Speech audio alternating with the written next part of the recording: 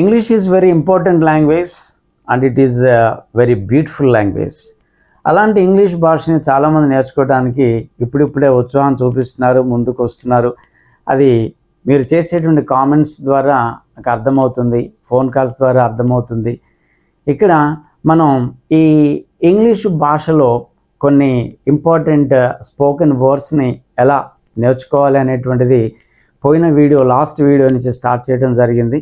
ఇక్కడ సంతోషించదగ్గ పరిణామం ఏంటంటే కొంతమంది నిన్న ఈరోజు కొంతమంది ఫోన్స్ చేశారు, కొంతమంది వాట్సాప్ మెసేజ్ షేర్ చేశారు. ఏమంటారంటే ఈ గ్రామర్ నేర్చుకుందాము అనుకున్నాము, కానీ ఈ కొత్తగా మొదలుపెట్టినటువంటి ఈ స్పోకెన్ వర్డ్స్ ఇంకా చాలా ఉపయోగకరంగా మాకు చాలా అర్థమయ్యేటువంటి రీతిలో ఉన్నాయి.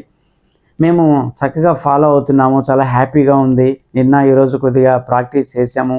ఇంట్లో పిల్లలతోని లేకపోతే ఒకళ్ళిద్దరు తెలిసిన వాళ్ళు ఉంటే వాళ్ళతోనే మేము మాట్లాడడానికి ప్రయత్నం చేస్తున్నాం. బాగుంది, ఇలాగే కంటిన్యూ చేయండి. ఇలాంటి స్పోకెన్ వర్డ్స్ని చాలా రోజులు చెప్పడానికి, ఎక్కువ శాతం చెప్పడానికి ప్రయత్నం చేయండి అని చెప్పేసి వాళ్ళు అడగటం జరుగుతున్నది. సో ఇదైతే బాగుంది. సరే, ఫోన్ కాల్స్ చేస్తున్నారు, వాట్సాప్ మెసేజ్ ద్వారా మీ రిక్వెస్ట్ని పంపిస్తున్నారు, బాగుంది. కాకపోతే నేను మీకు కొన్ని సందర్భాల్లో చెప్పడం జరిగింది, ఇప్పుడు మరోసారి రిపీట్ చేస్తున్నాను. ఈ ఫోన్ కాల్స్ అనేటువంటిది పర్సనల్, ఈ వాట్సాప్ మెసేజ్ అనేటువంటిది పర్సనల్. అంటే మూడో వ్యక్తికి అనేటువంటిది తెలియదు. అలా వద్దు. అలా కాకుండా మీరు ఈ గ్రామర్ విషయంలో, ఈ స్పోకెన్ వర్డ్స్ విషయంలో ఓపెన్గా మీ కామెంట్స్ని షేర్ చేయండి. కామెంట్ బాక్స్ ఏదైతే ఉంటుందో దాంట్లో మీ కామెంట్ని షేర్ చేయండి. అప్పుడు తప్పకుండా అవి ఎదుటి వాళ్ళు కూడా రీచ్ అవుతాయి.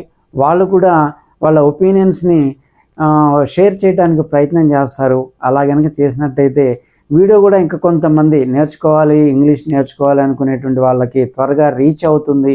అప్పుడు అందరికీ బాగుంటుంది.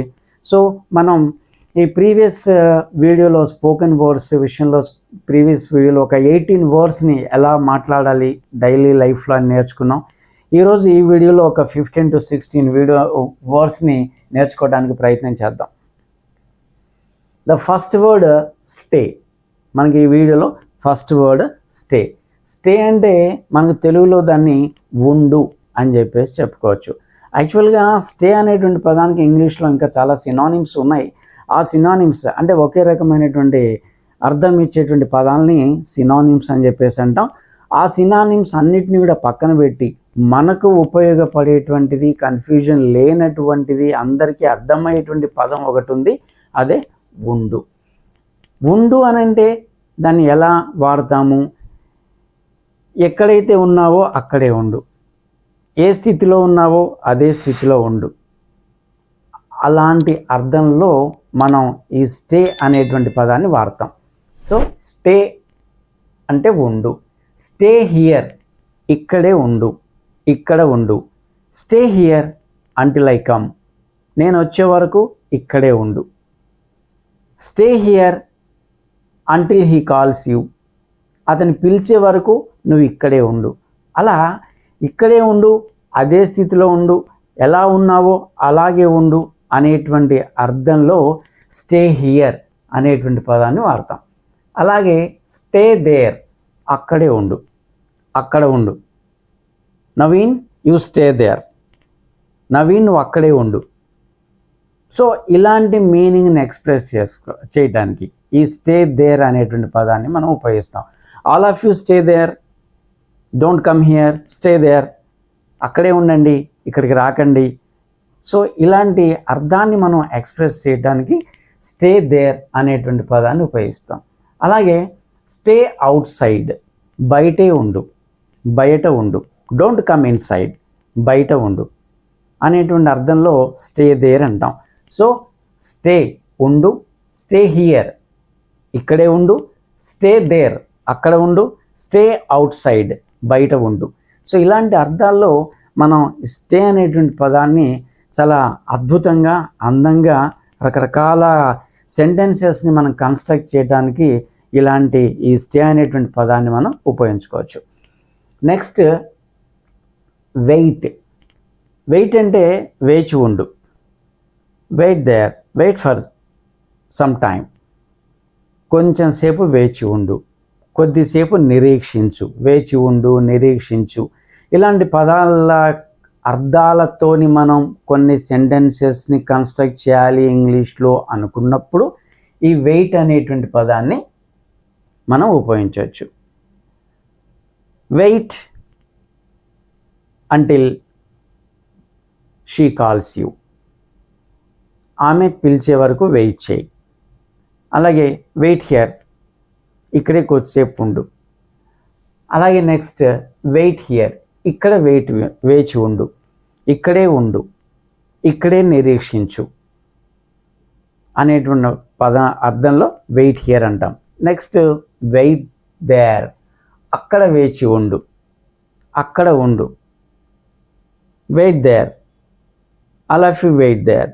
సో అందరూ అక్కడే ఉండండి అనేటువంటి అర్థంలో మనం దీన్ని వాడతాము. అలాగే వెయిట్ ఫర్ సమ్ టైం, కొద్ది సమయం వేచి ఉండు. వెయిట్ ఫర్ సమ్ టైం జనరల్గా మనం మన డైలీ లైఫ్లో ఏదైనా విషయం గురించి మాట్లాడేటప్పుడు వెయిట్ ఫర్ సమ్ టైం, కొంచెం సేపు ఓపిక పట్టు, కొంచెం సేపు వేచి ఉండు, కొంచెం సేపు కొద్ది సమయం అక్కడే ఉండు అనేటువంటి అర్థాల్లో మనం దీన్ని చెప్పడం జరుగుతుంది. సో అట్లాగే నెక్స్ట్ వెయిట్, వేచి ఉండు. వెయిట్ హియర్, ఇక్కడే వేచి ఉండు. వెయిట్ దేర్, అక్కడ వేచి ఉండు లేకపోతే నిరీక్షించు. వెయిట్ ఫర్ సమ్ టైం, కొద్ది సమయం నిరీక్షించు, కొద్ది సమయం వేచి ఉండు అనేటువంటి అర్థంలో మనం వెయిట్ని వాడటం జరుగుతుంది. Next later. లేటర్ అంటే తర్వాత. లేటర్ మీన్స్ ఆఫ్టర్వర్డ్స్, తర్వాత అనేటువంటి అర్థంలో లేటర్ని మనం వాడతాం. యూ కమ్ లేటర్, నువ్వు తర్వాత రా. కాల్ మీ లేటర్, తర్వాత ఫోన్ చేయి. డూ ఇట్ లేటర్, ఆ పని తర్వాత ముగించు. అలా తర్వాత చెయ్యి. Tell me later, tell him later, go there later, complete it later, do the work later. So ఇలా తర్వాత, ఆఫ్టర్ సమ్ టైం అనేటువంటి అర్థంలో మనం లేటర్ని అయితే వాడవచ్చు. సో లేటర్ అంటే తర్వాత. డూ ఇట్ లేటర్, సో ఇందాక అని చెప్పినట్టుగా డూ ఇట్ లేటర్, తర్వాత ఈ పని చేయి. కంప్లీట్ ఇట్ లేటర్, తర్వాత దాన్ని ముగించు. నెక్స్ట్ లేటర్ తర్వాత, డూ ఇట్ లేటర్, తర్వాత చెయ్యి. సో ఈ విధంగా మనం చాలా సందర్భాల్లో మనం లేటర్ అనేటువంటి పదాన్ని తర్వాత చెయ్యి, తర్వాత రా, తర్వాత మాట్లాడు, తర్వాత చెప్పు,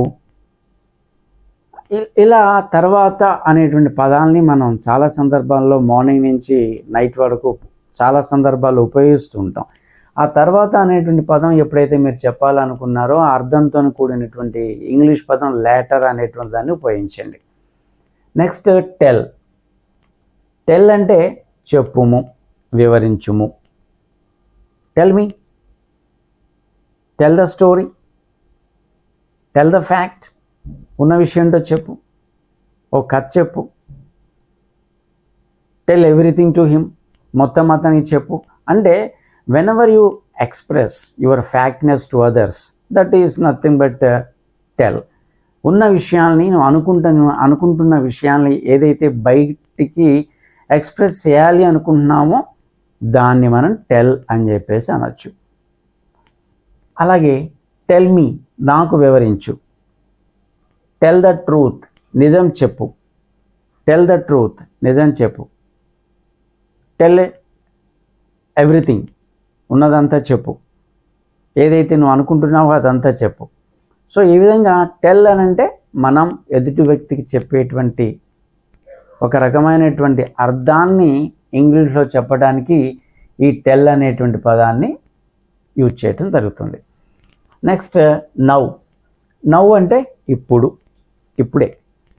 డూ ఇట్ నౌ, ఇప్పుడే చేయి. గో దేర్ నౌ, ఇప్పుడే వెళ్ళు. కాల్ హిమ్ నౌ, అతన్ని ఇప్పుడే పిలు. గో టు మార్కెట్ నౌ, ఇప్పుడే మార్కెట్కి వెళ్ళు.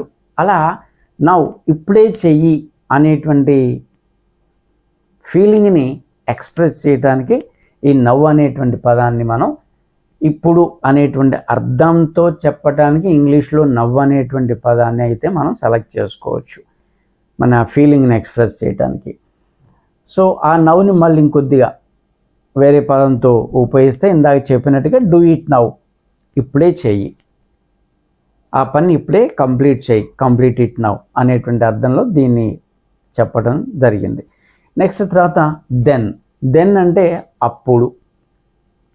దెన్ అనేటువంటి అంటే మనం అప్పుడు, గతంలో, లాస్ట్ టైం అనేటువంటి అర్థంలో అప్పుడు అనేటువంటి ఒకానొకప్పుడు, వన్స్ అప్ అనే టైం, ఇట్లాంటి ఫీలింగ్స్ని మనం ఎక్స్ప్రెస్ చేయాలి అని అనుకున్నప్పుడు ఇంగ్లీష్లో ఒక చక్కటి పదం అయితే ఉంది, అది దెన్. దీన్ని ఉపయోగించి మీరు ఒక వాక్యాన్ని, ఎన్ని వాక్యాలనైనా కన్స్ట్రక్ట్ చేసుకోవడం జరుగుతుంది. సో ఇది ఈరోజు మనం నేర్చుకున్నటువంటి కొన్ని స్పోకెన్ వర్డ్స్. మరొక వీడియోలో మరికొన్ని స్పోకెన్ వర్డ్స్ అయితే నేర్చుకుందాము. ఎవరైనా ఉంటే సబ్స్క్రైబ్ చేయండి, ఇంకా మీ షేర్ చేయండి, అలాగే మీ కామెంట్స్ని కూడా మీరు పోస్ట్ చేయండి. ఈ వీడియోలో ఇదైతే మనం నేర్చుకున్నాం. ఇంకా కొన్ని పదాలని మరొక వీడియోలో తప్పకుండా నేర్చుకుందాం.